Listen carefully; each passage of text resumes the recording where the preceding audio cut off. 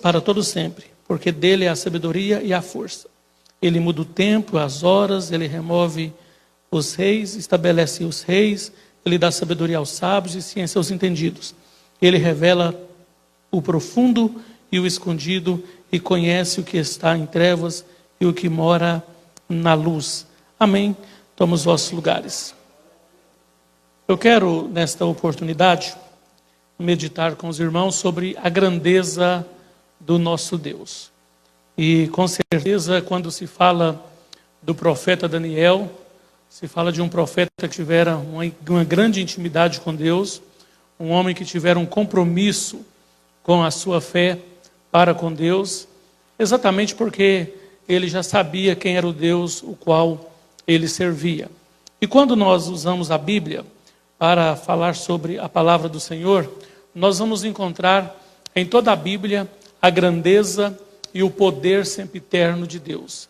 Deus como um Deus triuno, um Deus poderoso, um Deus que criou céus e terra, um Deus que não precisa se explicar, porque se ele se explicar, ele deixa de ser Deus, um Deus que ele é transcendental, mas no entanto ele se manifesta de forma especial para todos aqueles quanto desejam buscar e relacionar com ele.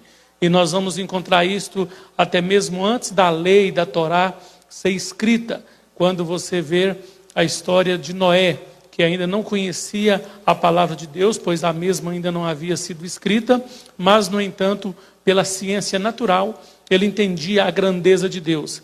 Aquilo que alguns filósofos falam nos dias de hoje, a Bíblia já fala antes mesmo de ter um conhecimento lúdico acerca da escrita.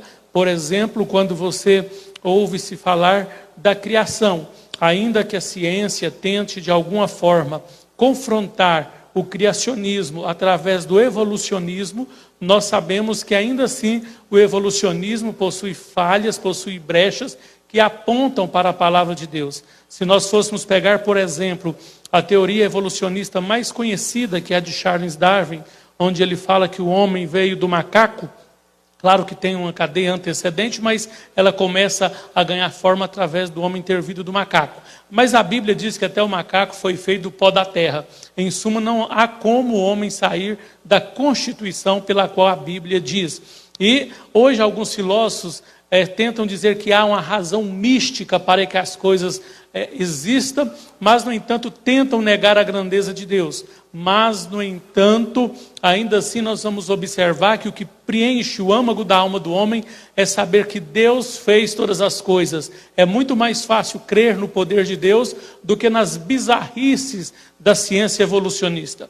Um filósofo por nome de Leonard Duhan, ele diz que quando olha para a Terra e vê a limitação da sua visão, ele compreende alguns questionamentos do homem sobre a sua existência e sobre a existência da natureza.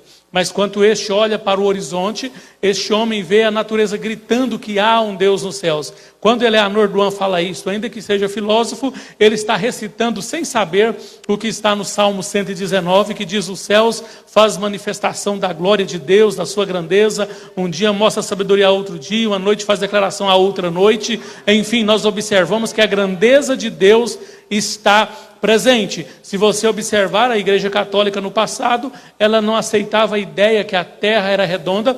Quando Galileu Galilei disse isso, eles tiveram que negar esta realidade e a partir daí ser terraplanista, dizer que a Terra é plana segurada em um sustentáculo. Mas a Bíblia diz no livro do profeta Isaías que Deus está sentado num alto e sublime trono revestido de glória e majestade sobre o globo terrestre. Desde que o mundo é redondo e sempre globo foi redondo e Deus está acima da terra e assentado com poder, glória e majestade. Então a Bíblia diz cerca de 750 anos do nascimento de Cristo que a terra é redonda. E uma série de outras coisas que a ciência tenta de alguma forma contrapor, a Bíblia já fala sobre isso. Mas eu não estarei falando de forma difusa sobre a grandeza do nosso Deus. Mas eu quero falar algo fundamentado no texto qual nós lemos, que fala de Daniel. Daniel está entre os personagens bíblicos de mais notoriedade. E uma das qualidades as quais Daniel tivera, que se destaca,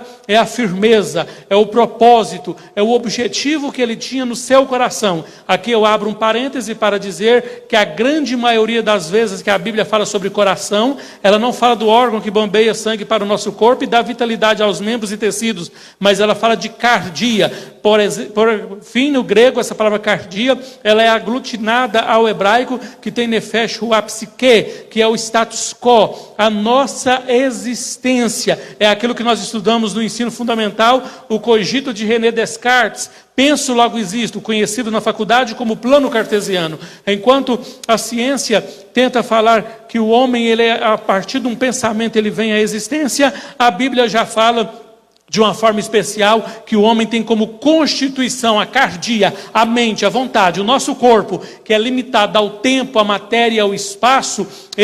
Ele não tem nada de constituído em vida se ele ficar na inanição. Mas a partir do momento em que nós pensamos, executamos o nosso pensamento, expressamos o nosso jeito de ser, através do temperamento colérico, fleumático, sanguíneo e melancólico, nós constituímos uma personalidade. Todos nós temos pontos de melhoria e qualidades reconhecidas. Os pontos de melhoria podem ser transformados através de uma vida volutiva, entregue ao Senhor, para que o Espírito Santo possa mudar. Assim como moldou Moisés, como moldou Davi, como moldou Paulo e como moldou Pedro, e ainda molda a mim e a você, se dermos legalidade para que o Espírito do Senhor trabalhe em nossa vida. Mas nós vamos voltando aqui a Daniel. Daniel, quando você estuda princípios de liderança cristã e liderança espiritual, Daniel está entre os homens mais notáveis, apontado juntamente com José, mas estamos falando aqui de Daniel.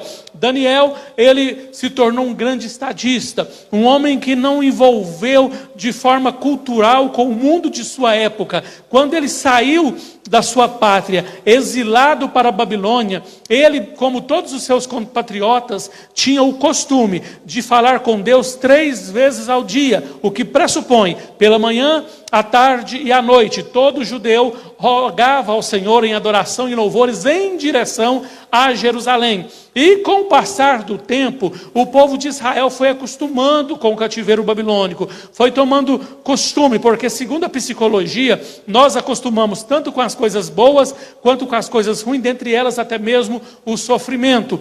Mas o que acontece? Daniel preferiu não acostumar-se com Babilônia. Ele continuou orando ao Senhor 3 vezes ao dia. E eu quero aqui colocar uma vírgula nessa parte, eu devo falar no meio da mensagem para frente sobre isso. Mas agora no texto em tela, capítulo 2, acontece um episódio muito interessante. Parece algo até fora de lógica. O rei tivera um sonho, esqueceu qual era o sonho e queria saber a interpretação deste sonho. Parece algo de maluco, mas como se tratava do rei, que naquela época, quando você estuda TGE, ele tinha uma investidura divina, então não se questionava os feitos de um rei. O rei, então, manda chamar os sábios da Babilônia e diz a eles: olha, eu tive um sonho que tem perturbado o meu espírito, não me recordo de fato o que era o sonho e nem tampouco o seu significado, e eu preciso que vocês me falem. E cada um tentou falar alguma coisa dos magos e sábios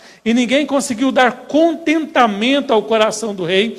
E ele enfureceu-se. Ele pensou: poxa, eu banco uma gama de sábios, magos aqui, e esse povo não me serve quando eu preciso. Eu vou acabar com isso. Se eles não interpretar o meu sonho, eu vou mandar matar todos eles. E de repente perceberam que Daniel não estava presente entre os sábios. E diz: olha, ainda falta um sábio que não foi consultado, e o nome dele é Daniel.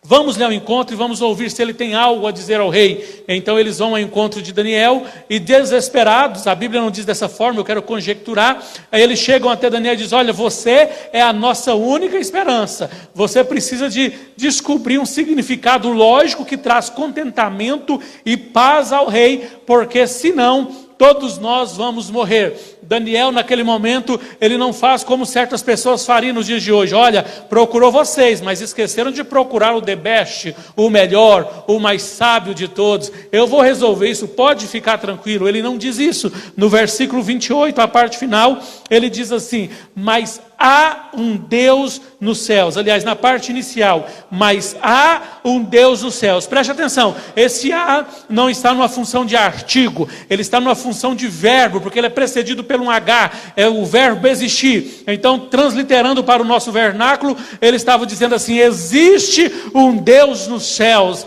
Aí ele continua, que revela segredos profundos e escondidos. Daniel, ele foi ao encontro do desafio com uma sobriedade descomunal, entendendo a grandeza de Deus, entendendo que Deus existe, não porque Deus existe por sentimentos de arrepios ou poder latente da alma, mas de forma sóbria, consciente. Ele sabia que independente de Deus manifestar de forma fenomenal ou sóbria, Deus existe e Deus tinha um propósito em tudo. Então ele vai ao encontro do rei, revela-lhe o sonho e ele fica impressionado de se relacionar com Deus. Ele não cria em um Deus que se manifestava apenas como nós queremos crer nos dias de hoje, por evidências de sentir arrepiar-se, vontade de chorar ou coisa do gênero, materializar a fé. Nada disso. Deus está aqui não porque eu sinto um vento, não porque eu sinto calafrios, mas porque eu sei que Ele está aqui,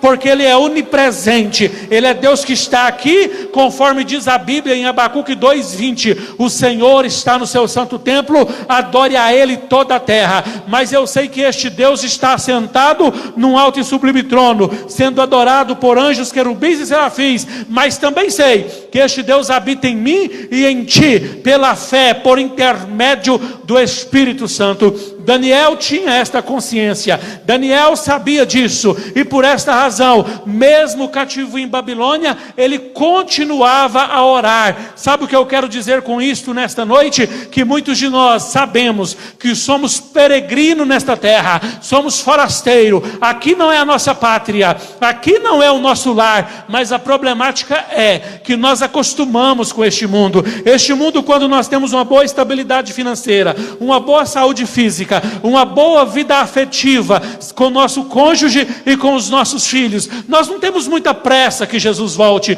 Nós até dizemos assim: Jesus, calma aí, eu não realizei meu sonho de conhecer a América do Norte, a Europa, eu ainda não adquiri isso ou aquilo, não precisa pressa, tem muitas almas para serem ganhadas. Mas quando a casaca vira, nós falamos: Jesus, volta logo. E a bem da verdade, quando dizemos isso, não é porque estamos com vontade que Jesus volte, nós queremos fugir do problema. Lembra de Elias? Elias, ele orou e destruiu pela graça de Deus 850 homens, 400 profetas de Baal e 450 de Azera. Ele orou e desceu fogo do céu e consumiu aqueles homens. Se Deus dissesse, a Bíblia não diz assim, mas se Deus dissesse: olha, gostei da sua ousadia, gostei da sua fé, eu vou mandar uma carruagem buscar você para você subir aqui aos céus com redemoinho de fogo, ele diria assim: não, Deus, foi só 850, ainda tem muito o que fazer. Mas quando aconteceu um problema com ele, a mulher de Jezabel vira a casaca contra ele,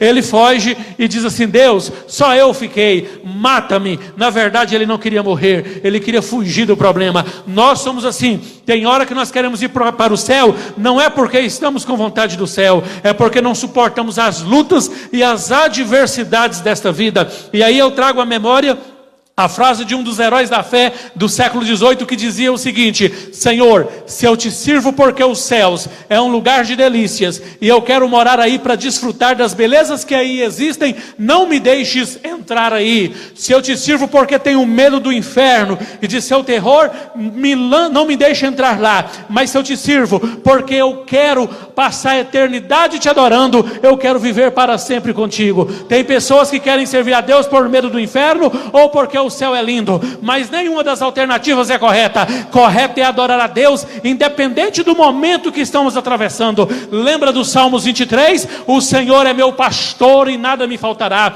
Não faltará alento, não faltará paz, não faltará cuidado, não faltará adversidade, não vai faltar tribulação, não vai faltar luta. O Salmos diz: o Senhor é meu pastor, o Senhor me conduz com cajado, a vara e o cajado me consola. Se eu desviar do caminho, caminho, tu quebra a minha junta e me carrega no colo. Se eu estiver em águas tranquilas e calmas, o Senhor está comigo. Se eu estiver no vale de sombra e morte, eu não temo, porque o Senhor está comigo. O que o salmista está dizendo: se o vale é de calmaria, se as águas é tranquilas, ou se o lugar é de sombra e morte, eu não estou nem um pouco preocupado. O que eu preciso é da tua presença na minha vida. Daniel sabia disso, que para conservar a presença do Senhor era preciso orar, buscar ao Senhor. A matemática diz o seguinte: assim como o que é uma reta, a reta é o caminho mais próximo entre dois pontos.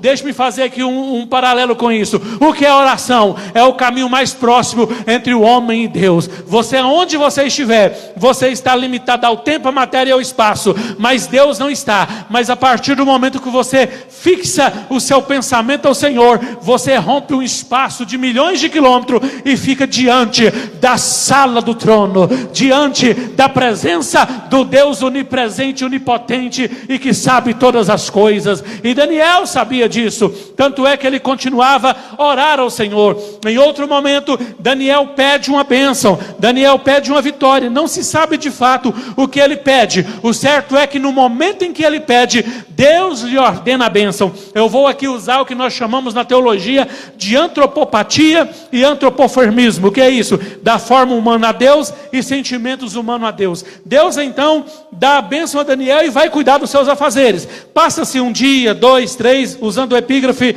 21º dia, Deus olha e fala assim: uai, Daniel está até hoje ajoelhado, o que ele está querendo? Aí ele diz assim: tal bênção, diz um dos anjos ao Senhor, eu já deliberei essa bênção para ele. Ele diz: pois é, porém, lá nas potestades está havendo a contenda, e o mensageiro qual o Senhor enviou para entregar a bênção a Daniel não conseguiu chegar lá. Deus fala assim para ele: olha, vai lá e manda outro para ajudar a chegar, porque Daniel é um homem de espírito contínuo. Daniel morre orando, ele é perseverante. E aí as pessoas acham, hoje interpretam a Bíblia errada, acham que campanha de 21 dias de Daniel vai dar a vitória. Daniel não foi abençoado porque orou 21 dias. Daniel foi abençoado porque orava todos os dias, 3 vezes ao dia, e o dia que ele precisou intensificar a oração com o mesmo propósito de firmeza, ele enlerou 21 dias consecutivos. Aí é o que a Bíblia diz: Deus agrada de homens com espírito contínuo. O que Paulo diz destarte em Coríntios 15:58,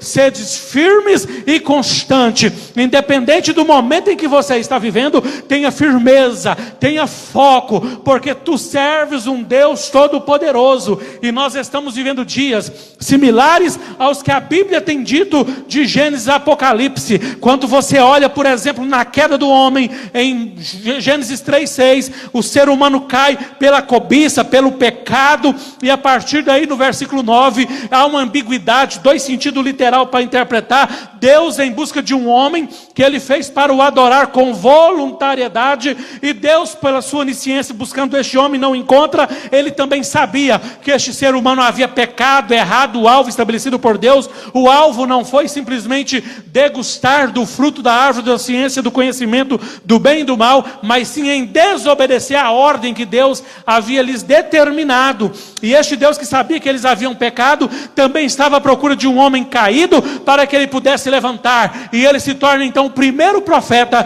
da profecia messiânica no capítulo 3, versículo 15. E se você for tentar aqui resumir a Bíblia nesta noite, nós vamos encontrar em Gênesis Deus criando todas as coisas, chamado no hebraico de Bereshit, Deus criando todas as coisas. E o que Paulo diz destarte em Colossenses 1,14, nada do que foi feito sem ele se fez. Aí você encontra Deus resgatando essa humanidade. Não dá para entender porque Deus amou este homem. É o que está em textuário da Bíblia, Gênesis 3, aliás, João 3,16. Porque Deus amou o mundo de tal maneira. A expressão tal está em uma figura de linguagem de incógnita. O autor tentou escrever porque Deus amou o mundo, parou, tentou usar as palavras gregas do momento. Ele pensou em usar filho, amor fraterno, ficou paupérrimo. Eros não dava certo, não havia conotação porque é um amor carnal. Aí ele usou o agapau, ficou meio fraco. Então ele colocou uma incógnita, porque Deus amou o mundo de tal maneira.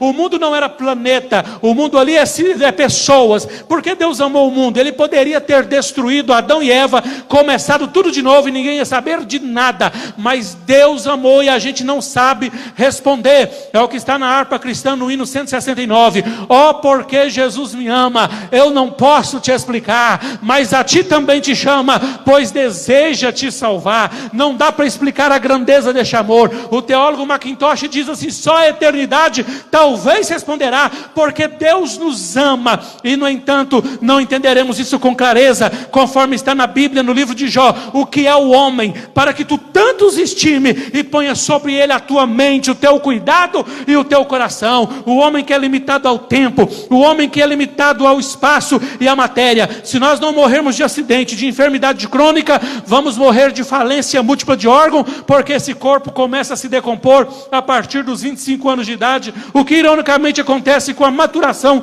neurológica. Mas Deus nos ama. Em Gênesis nós vamos ver a história da criação. Aí Deus resolve fazer um plano para resgatar a humanidade. Aí ele escolhe Êxodo para revelar-se aos homens. Ele começa a colocar normas sociais, através de Números, Levítico, aonde há uma importância de normas éticas, sociais e culturais. Aí Deus começa a falar com os homens de uma maneira especial em sociedade, através dos livros históricos. Você vê a grandeza de Deus, o cuidado de Deus, até mesmo no livro de Esther, que não contém a palavra Deus, mas no entanto a pessoa de Deus e de Cristo está presente no livro. Deus então começa a falar com o povo através de profetas maiores, de forma detalhada, meticulosa. Ele começa a falar o propósito dele para a criação e o desejo de resgatá-lo da perdição eterna. O homem acha as profecias prolixas, extensas e não entende. Deus então usa os profetas menores, palavras objetivas, sucintas, o homem ignora, então se cala,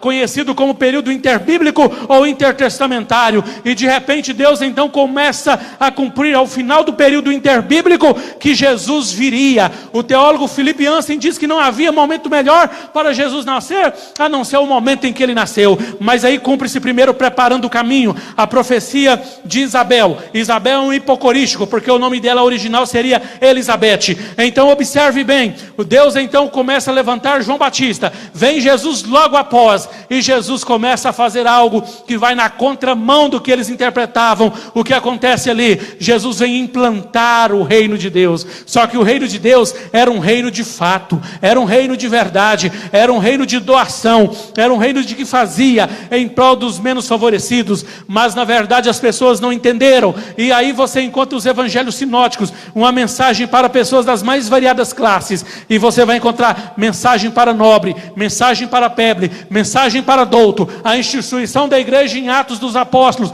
que alguns insistem em dizer que é invenção humana, e não é invenção humana. A igreja é um projeto do próprio Jesus, e ela tem uma das estratégias mais lindas de toda a história de uma fundação institucional. Jesus coloca a igreja na porta do inferno. Cada vez que um pecador quiser entrar no inferno, lá está a igreja para dizer: Jesus salva, Jesus cura, Jesus batiza no Espírito Santo e vai voltar para levar aqueles que creem e praticam a palavra. E aí aqueles que ouvem a palavra entrarão pelas portas da salvação. Aí alguns não entendem isso, fala: poxa, Jesus fez isso e foi embora. Aí ele levanta os apóstolos, escreve cartas direcionadas à igreja de Roma, à igreja de Tessalônica, à igreja da Galáxia e outras igrejas. Aí vem os filósofos sofistas e diz: não, essas cartas foi para aquele povo, não serve para nós. Aí vem as epístolas gerais e aponta para todos. E no final vem uma indagação: se eu praticar essa palavra, a qual é o resumo da Bíblia que eu estou dizendo, o que é que eu ganho?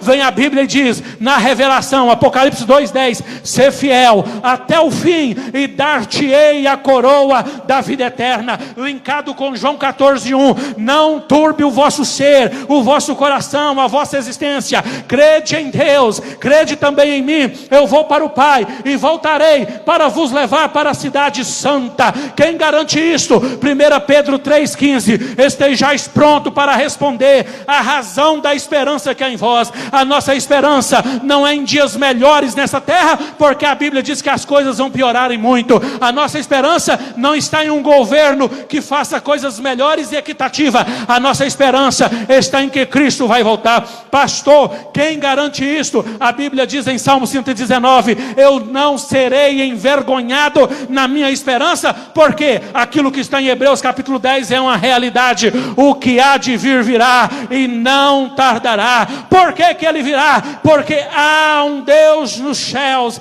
que ama a sua igreja invisível, a sua igreja que geme por causa do pecado, por causa da eclesiofobia, onde as pessoas criticam a igreja. As pessoas estão achando que em tempo de pandemia a igreja quer se reunir por causa de dízimos e oferta. Não é verdade. Isso faz parte do culto cristão e da nossa liturgia, mas a igreja, ela se comprometeu diante de Cristo a dar a vida pelo evangelho, porque nada nos separará do amor de Cristo. Não vai nos separar a morte, a dor, o porvir, a fome, a perseguição. E se fosse nos dias de hoje, nem o vírus. Sei que todos nós somos suscetíveis a ele, podemos pegar e morrer, mas a Bíblia diz o seguinte, que todos os dias nossos estão contados, e Deus tem um propósito. E quando o crente morre, independente do que seja, ele não morre, ele passa da morte para a vida, com responsabilidade, com cuidado. Nós vamos aí cumprindo com as orientações de saúde, mas nós sabemos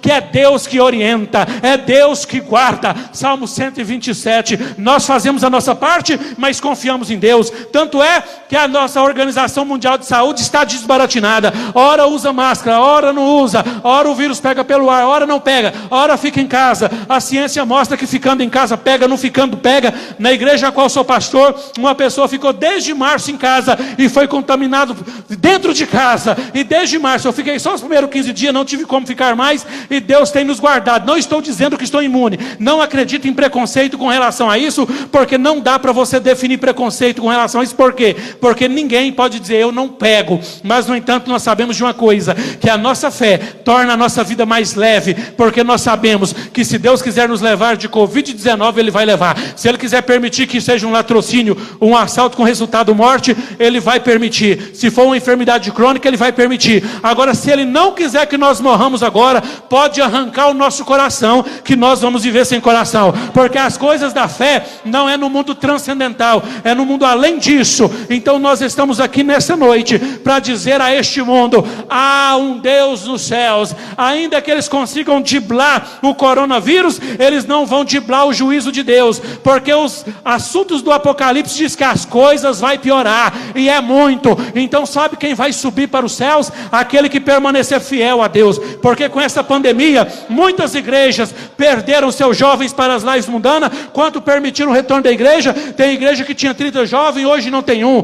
Tem igreja igual a que eu sou pastor, que tinha mais de 700 membros, hoje com muita dificuldade tem 400. Muitos desviaram, enfraqueceram, perderam a fé, o temor. Mas isso é o que a Bíblia chama de igreja invisível de forma teológica. E a igreja que o Senhor vai buscar é aquela que é limpo de mão e puro de coração, e não entrega a sua alma às coisas desta vida. Nós estamos aqui hoje para dizer a este mundo, há um Deus nos céus, Ele é dono da minha vida, eu sou servo dEle, a minha vida está no centro da vontade dEle. Ele vai me guardar enquanto Ele tiver um propósito para que eu cumpra aqui nesta vida. Entenda isto nesta noite. Deus tem um propósito na tua vida. Quer entender um pouco mais? Você não vai ver um minuto a mais, mas nem um minuto a menos do que Deus preparou para a sua vida. Daniel entendia isso. Daniel tinha firmeza. Tem muitas pessoas que perderam a firmeza. Eu não consigo entender isto, porque a nossa geração, que sempre pregou, somos a geração do arrebatamento, somos a geração do avivamento. Chegou a oportunidade de viver isso, nós estamos enfraquecendo. Vamos prestar atenção nisso? A geração do avivamento sempre foi geração que sofreu calúnias, perseguições e incompreensões. A geração do avivamento dos apóstolos, Paulo ele dizia o seguinte: eu estou pegando um navio para viajar, fazer um cruzeiro e passear, não.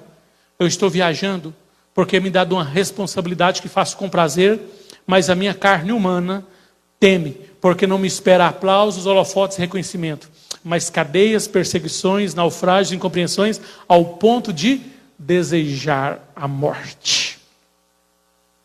Essa é a geração do avivamento. Nós não somos a geração do avivamento? É hora de praticar a tríade espiritual? Ler a Bíblia todos os dias, no mínimo 3 capítulos. Orar, no mínimo, 30 minutos por dia. E jejuar, pelo menos 2 vezes por semana. É hora de aproximar de Deus. Quer ser avivado? Não tem outro caminho. Pode fazer teologia, pode fazer faculdade. Eu fiz algumas. Mas o que dá avivamento para nós é aproximar de Deus através da tríade, do tripé espiritual. É simples. Leitura bíblica, oração e jejum. Para ser avivado não tem outra coisa. Pode virar pós-doutor em teologia que não será avivado. Se não tomar cuidado vai ser um desviado dentro da igreja. A melhor faculdade para um crente ser avivado chama-se faculdade do Espírito Santo. Lamentações 3:29. Põe a boca no pó, talvez assim ainda haja esperança. Quer conhecer Deus? Oséias 4:6. O povo perece porque não conhece a Deus. 6:3. Conheça e prossiga conhecendo. João 5:39. Quer ter ser salvo? Para conhecer o Senhor é pela palavra. Dedicação à palavra. Mortificar a carne, Colossenses 3:5. Através do jejum. Não somos a geração do avivamento? Não, agora vamos falar outra frase que os jovens gostam muito do congresso. Somos a geração do arrebatamento. Amém. A geração do arrebatamento só tem uma vantagem. Se Jesus ouviu a larida da trombeta e nos chamar para o céu agora, porque a gente fala que Jesus vai vir, ele não vai vir, nós que vamos encontrar com ele nos ares. Na hora que deu a larida da trombeta, ele desce até um certo lugar e nós subimos e vamos junto. É assim que vai ser. Essa geração só tem essa vantagem, não vai morrer fisicamente, vai ter um corpo transformado. 1 Coríntios 15, 52 a 57. Mas ainda assim, os mortos vão ressuscitar primeiro, recebendo um corpo imortal, revestido da imortalidade e da incorruptibilidade. É a única vantagem. Por que, pastor, você está falando isso? Porque a geração do arrebatamento, se Jesus está vindo, o start foi dado assim que ele foi para os céus, para ele voltar, nós vamos enfrentar crises como essa da pandemia, terremotos, maremotos. A Bíblia diz que a terra cambaleará como um bêbado. A igreja sofrerá como uma mulher a dar luz aos filhos. Em Mateus 24 diz que os familiares se odiarão, pais e filhos, como se fossem os seus piores algozes. A fome será uma realidade cada vez mais crescente. A desigualdade social, as pestes. E nós estamos então dizendo, somos a geração do arrebatamento. E de repente Deus permite, porque a Bíblia diz que tudo está no controle de suas mãos, que uma pandemia envolva todo o globo terrestre e muitos crentes, ao invés de aproximar do Senhor, ficam perplexos e deixam as fés se esvair. Sinal tão claro para quem é cético. Até o cético, eu tenho uma notícia triste para dar para aqueles que amam este mundo. Por mais que melhore, por mais que eles consigam criar uma vacina, controlar essa situação, para quem vai ser a geração do arrebatamento, as coisas vão piorar e muito. Porque a igreja vai gemer, ela vai ser perseguida, ela vai ser incompreendida. Aquilo que aconteceu na maior civilização do mundo, na China, a mulher perdeu o benefício social, por dizer, graças a Deus que o meu benefício chegou. Isso vai chegar em toda a extensão da terra. Parece que eu estou falando demais. Não é verdade isso. Tem coisas que eu prego ainda bem jovem. Eu comecei a pregar aos 12 anos de idade. Hoje estou com 41. Eu preguei uma convenção com 16 anos de idade, em uma cidade do sudoeste goiano. E eu dizia, eu temo que os cristãos, que os evangélicos tornem iguais aos católicos. Existe católico praticante e católico não praticante. Evangélicos praticantes e evangélicos não praticantes. Eu fui muito criticado. E hoje é a mais pura realidade. O que tem de evangélico não praticante, que faz tempo que não lê a Bíblia, sabe de tudo, de futebol, de novela, de série, de internet, rede social. Não sou contra a rede social, nunca fui. Eu participo de todas as redes sociais que você for procurar. Pastor Alailson diz, eu estou em todas. Estou no YouTube, estou no Instagram, estou no Facebook, estou em tudo. Uso com moderação. E até pelas minhas atividades profissionais. Mas eu quero dizer uma coisa para você. Tem gente que sabe de muita coisa, mas não sabe nada de Bíblia. Ah, é difícil. É porque não pegou para ler, para estudar, para entender, para compreender, para se debruçar. E a Bíblia é o único livro que a gente lê com a presença do autor todas as vezes que formos ler. Então há a possibilidade de ser revelada por intermédio do Espírito Santo. A geração do arrebatamento precisa conhecer a Deus de perto Que Deus possa, nesta oportunidade, renovar a nossa vida, o nosso coração e a nossa fé, para que possamos ter firmeza. A Bíblia diz em Hebreus capítulo 12, que nós devemos deixar todo o embaraço do pecado. Tem pecado por ação e pecado por omissão. Tem hora que nós pecamos por ação, por desviar dos mandamentos e dos dogmas da palavra do Senhor, e tem hora que nós pecamos por não fazer. Quantas pessoas pecam por não praticar a fé, não sabem nem qual foi a última vez que fechou a porta dos afazeres para falar com Deus em oração, para tirar algum dia na semana para jejuar, porque aquela mesma motivação que tem quando estava permitido, agora no momento não pode, para fazer uma viagem para o Araguaia, para Caldas Novas, para algum lugar turístico, aquela motivação. Será que você falou, o próximo feriado eu vou tirar para ficar em casa jejuando, orando, lendo a Bíblia, e no outro eu vou tirar para evangelizar, eu vou fazer algo para Deus? Infelizmente, aquilo que a própria mídia diz é uma realidade. As pessoas abrem mão de tudo pelo entretenimento. Tem pessoas que mentem para faltar ao trabalho quando recebem um convite impetuoso para fazer uma viagem, para tudo quanto é coisa, mas para as coisas de Deus, eles não dão jeitinho nenhum, pelo contrário, procrastinam o tempo todo. Mas Daniel nos ensina que há um Deus nos céus. Quem busca este Deus, conhece o telefone de Deus. Jeremias 33:3. Clama a mim e responder-te-ei, e anunciar-te-ei coisas grandes e ocultas que não sabe. Capítulo 29, versículo 3. Buscar-me-eis, mas me achareis quando buscar de todo vosso coração. Não é buscar por interesse. Deus, eu vou fazer campanha de 21 dias. Deus dá a benção, depois não esquece Deus, né? Buscar de todo o coração. É sempre envolvido, relacionando com firmeza, com propósito e com objetivo na caminhada cristã. Que Deus abençoe a todos de maneira especial e maravilhosa. Que a bênção de Deus seja sobre esta igreja. Que o Espírito Santo seja o que vai te fortalecer. No meu canal no Telegram, eu tenho falado lá, @pastor Lailson Dias, eu tenho falado sobre a ação do Espírito Santo, e hoje eu falei lá que a ação do Espírito Santo é revestir o crente com poder para receber os dons, os chares, os presentes de Deus, que de acordo com a fé desse indivíduo, Deus o usará para fazer coisas prodigiosas para a glória do Deus Todo-Poderoso. Então nesta noite, como arauto do Senhor, eu quero ministrar na tua bênção, Samuel